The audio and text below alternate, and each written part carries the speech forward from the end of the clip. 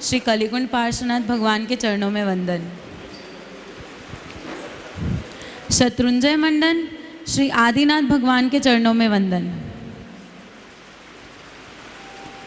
नीचे आज हम विजयानंद सुरीश्वर जी महाराज साहब, जिनको वर्तमान के आद्य आचार्य भी कहा जा सकता है, क्योंकि जब उनका आचार्य पद उनको मिला, जब वो आचार्य पदवी पे रूढ़ हुए, उससे पहले 260 वर्ष तक कोई आचार्य नहीं थे।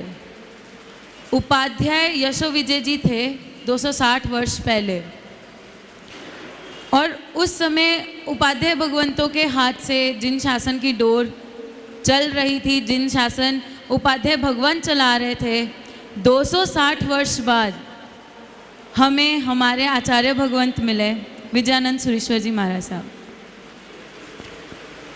आज बहुत ही ज़्यादा हर्ष का विषय है। हमें इतना हर्षित होना चाहिए कि हम खुद से नहीं, वाया मीडिया से उस धरती से जुड़ रहे हैं जहाँ पर परमात्मा तो थे ही, पर हमारे परमात्मा तुल्य गुरु, जिनके कारण हमें परमात्मा मिले, जिनके कारण पंजाबियों को सम्यक दर्शन की प्राप्ति हुई, सम्यक दर्शन देने वाले परमात्मा की प्राप्ति हुई, उन गुरुदेवों का, उन गुरुदेव का वो काल धर्म स्थान है। यदि आप सब जानते होंगे तो 119 कल्याणक भूमियाँ होती हैं जिनको हम इस वर्तमान काल में स्पर्श कर सकते हैं। तो क्या वो कल्याणक भूमियाँ जो आज विद्यमान हैं, क्या उसमें जहाँ पर परमात्मा ने केवल ज्ञान प्राप्त किया, क्या वहीं पर प्रतिमा जी बने हुए हैं? क्या अजितनाथ भगवान ने जहाँ पर केवल ज्ञान निर्वाण प्राप्त किया, क्या वहीं पर मंदिर बना हुआ है? नहीं। आचार्य भगवंतों को जहाँ योग्य लगा उन्होंने स्थान देखकर वहाँ पर जिनालय बंधवा दिया। क्यों? क्योंकि मंदिर प्रतिमा का महत्व तो है ही, पर उस भूमि का महत्व बहुत है जहाँ पर महापुरुषों का, महात्माओं का, तीर्थंकर भगवंतों का विचरण होता है, जन्म होता है, च्यवन होता है, जन्म होता है, दीक्षा होती है, केवल ज्ञान होता है और निर्वाण होता है।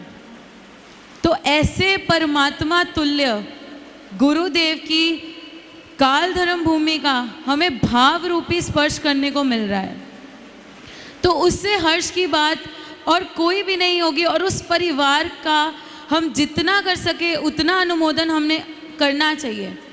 उन आचार्य भगवंतों की व्यक्तित्व के बारे में हमारे गच्छाधिपति भगवंत श्री धर्म धुरंधर सुरीश्वर जी महाराज साहब, उन्होंने तो आपको बता ही दिया।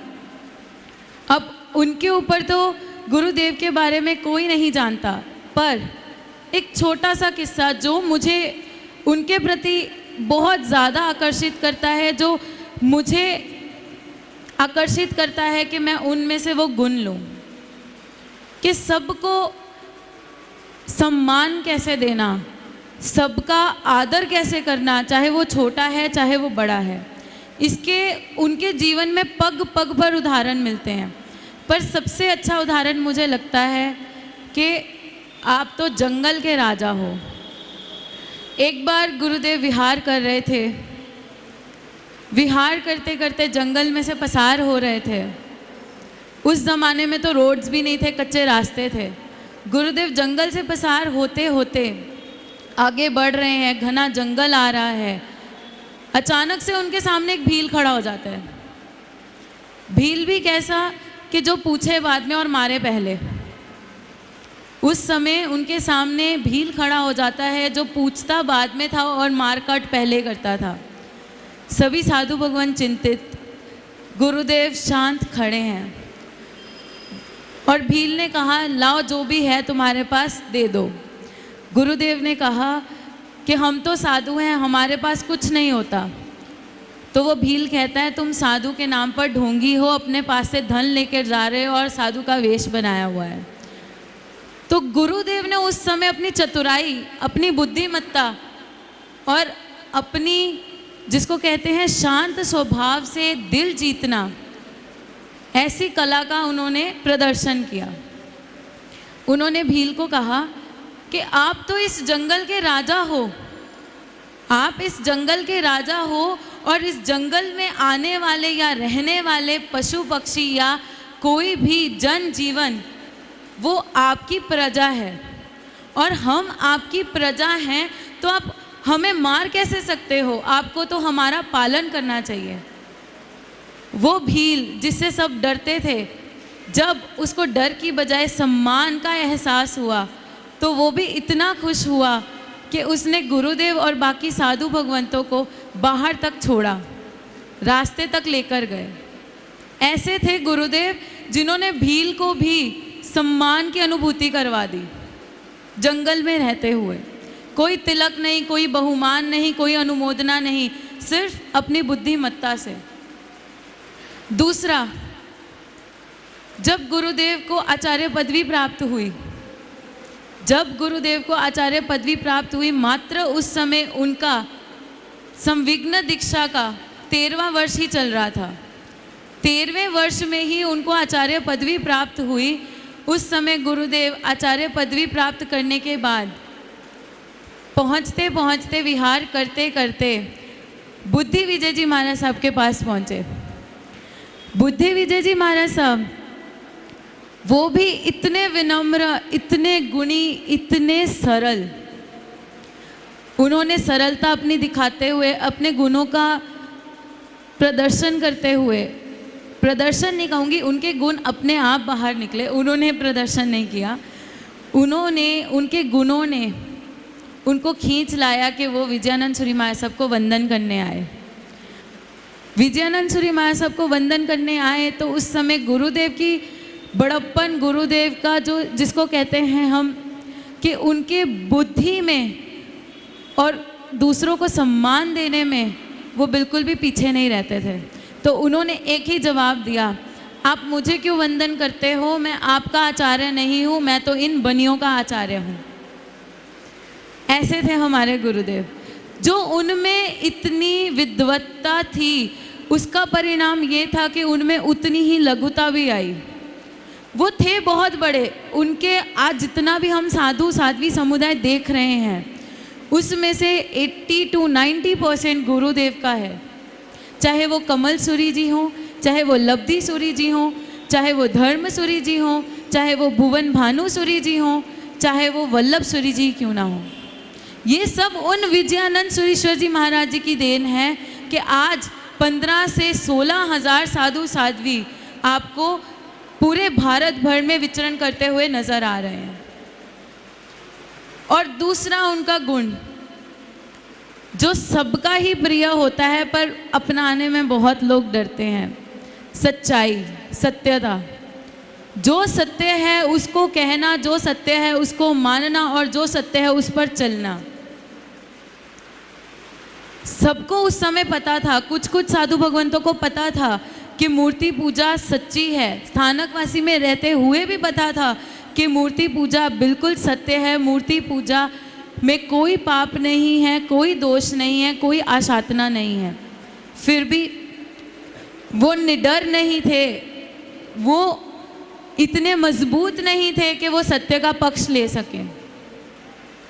उनको ये दिखता था कि वो जग जीवन से कैसे लड़ेंगे, वो जगत से कैसे लड़ेंगे। पर गुरुदेव क्षत्रिय थे, क्षत्रिय उस समय देश की स्वतंत्रता को महत्व दे रहे थे, पर गुरुदेव अपने कर्मों की पारतंत्रता को काटने को महत्व दे रहे थे। जहाँ उस समय देशभक्त देश को स्वतंत्र कर रहे थे, उस समय गुरुदेव मिथ्या मत से हम पंजाबियों को स्वतंत्र कर रहे थे।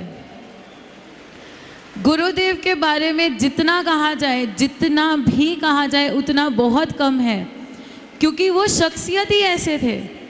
युग प्रवर्तक थे, न्यायम्बो निधि थे। न्याय करने में भी उनका कोई जवाब नहीं था, न्याय करने में भी उनका कोई मुकाबला नहीं था। जिसको जो योग्य था वो पद मिले, जिसको जो योग्य था वैसी उसको सेवा शुश्रूषा मिले, ये उनकी प्राथमिकता रहती थी। आज बहुत ही ज़्यादा सौभाग्य का विषय है कि मैं उन्हीं गुरुदेव की पाठ परंपरा में उन्हीं की ही एक छोटी सी वंशजा बनने जा रही हूँ। गुरुदेव के जीवन को आदर्श मानकर उन्हीं के बताए हुए पद चिन्हों पर चलते हुए मेरी यह भावना है कि मैं संयम अंगीकार करूं और संयम में जिन आज्ञा का पालन करूं। जिस प्रकार गुरुदेव ने जग जीवन को तो तारा ही था पर अपना कल्याण उन्होंने साध लिया था, उसी तरह संयम जीवन में भी मैं जिन आज्ञा पालन करते हुए अपना कल्याण साधूं। इसके लिए मैं आप सबसे, सभी श्री संघों से, पूरे पंजाब से, पूरे भारतवर्ष से और मेरे पितृपक्ष के श्री संघ शिरोमणि श्री संघ लुधियाना से मैं यही विनती करूंगी कि मुझे खूब खूब आशीर्वाद दें। कल्याणक भूमि की तो स्पर्शना हो गई है। कल्याणक भूमि को लोग कहते हैं कि दुर्लभ है, पर उसकी तो मेरी स्पर्शना हो गई है। पर मेरे लिए आज वो गुरु भूमि बहुत दुर्लभ हो गई है जिनकी पाठ परंपरा की मैं वंशजा बनने जा रही हूँ, जिनके पाठ परंपरा का मैं एक छोटा सा अंश बनने जा रही हूँ। जब से मुहूर्त निकला गुरुदेव को याद किया, बस एक ही भावना थी कि गुरुदेव मुझे पाकिस्तान जाना है, मुझे पाकिस्तान जाना है। आज कोई भी नहीं कहता, पर मेरी भावना यही थी कि मुझे पाकिस्तान जाना है, मुझे गुरु भूमि का स्पर्श करना है। क्योंकि अगर गुरुदेव का जीवन चरित्र में आप देखेंगे, उन्होंने 21 चातुर्मास संविघ्न दीक्षा के बाद किए और 21 में से लगभग 15 से ऊपर चातुर्मास उन्होंने, जो आज पाकिस्तान में पंजाब चला गया, वहाँ पर किए। पपनखा, संखतरा, खानगा डोगरा, गुजरांवाला, लाहौर, इस जगह पर किए। और हमारा दुर्भाग्य कि हमारे से वो भूमियाँ चली गई। बस यही कामना तब से चल रही है कि परमात्मा के दर्शन हो गए, शाश्वता भूमियों के दर्शन भी हो गए, स्पर्शना भी हो गई, बस गुरु भूमि की स्पर्शना रह गई। और दीक्षा 4 जुलाई आषाढ़वदी दशमी को इंद्रदिन समाधि मंदिर, जहाँ इंद्रदिन सुरेश्वर जी महाराज साहब ने काल धर्म किया था, उनका काल धर्म हुआ था, वहाँ पर मुझे चारित्र अंगीकार करने का अवसर मिल रहा है। वो भी ऐसे आचार्य भगवंत थे जिन्होंने, युग प्रवर्तक तो नहीं उनको कहा जा सकता, लेकिन वो सच्चे शासन प्रभावक थे, जिन्होंने बहुत मोटे मोटे रोटले खाकर भी 5-5 लाख अजैनों को जैन बनाया और फिर वहाँ पर गुरुकुल खोले और उसके बाद वहाँ पर मंदिर बनवाए। और हमारे गुरुदेव विजयानंद सुरेश्वर जी महाराज साहब, उन्होंने मंदिर बनवाए, उसके बाद उन्होंने गुरुकुल बनवाए। क्यों? वो जानते थे कि अभी जो मैं संस्कार दे रहा हूँ उसको टिकाने के लिए गुरुकुल आवश्यक है, भावी पीढ़ी में श्रद्धा बनी रहे, परमात्मा के प्रति विश्वास बना रहे, उसके लिए गुरुकुल आवश्यक है, उसके लिए जिन धर्म की शिक्षा आवश्यक है। इसीलिए उन्होंने साहित्य की भी रचना की। बस उन भूमियों पे, गुरुदेवों की भूमियों पे मुझे चारित्र अंगीकार करने का अवसर मिल रहा है। मुझे वहाँ से शिक्षण, दीक्षा आदि सब चीज़ प्राप्त हो रही है। इसी के लिए मैं अपने गुरु महाराज साहब और सभी की अनुग्रहार्थ हूँ और आप सब से यही विनती करती हूँ कि दीक्षा में पहुँचकर मुझे खूब खूब आशीर्वाद दीजिए, ताकि मैं संयम जीवन लेकर गुरुदेवों का नाम तो शोभायमान करूँ ही करूँ, पर आपके श्री संग आपको भी शोभायमान करूँ। इसी के साथ जिन आज्ञा विरुद्ध कुछ कहा गया हो, गुरुदेवों के प्रति कुछ कहा गया हो, तो सब मन वचन काया से मिच्छामि। मुमुक्षु बहन दीप्ति की भूरी भूरी अनुमोदना। और मैं शिरोमणि श्री संघ लुधियाना की ओर से महामंत्री होने के नाते सकल श्री संघ की ओर से मैं बहन दीप्ति की भूरी भूरी अनुमोदना करता हूँ। ये चारित्र चिंतामणि रत्न ग्रहण करने जा रही हैं। बहन दीप्ति ने एक बहुत सुंदर भावना रखी थी कि मुझे गुरुभूमि के दर्शन करने हैं। ये हम सबका, हमें भावना है और विश्वास है कि हमें कभी ना कभी मौका मिलेगा। आप नहीं जा पा रहे, लेकिन मैं जानता हूँ कि आने वाला समय ये गेट खुलेंगे हमारे लिए और हम, आप साध्वी रूप में होंगी और पूरा संघ गुरु महाराज की निश्रा में यहाँ से छरी पालित यात्रा संघ लेकर अपनी गुरु भूमि की स्पर्शना करेगा, ऐसी हम भावना करते हैं। और हमारी भावना क्यों नहीं फलित होगी।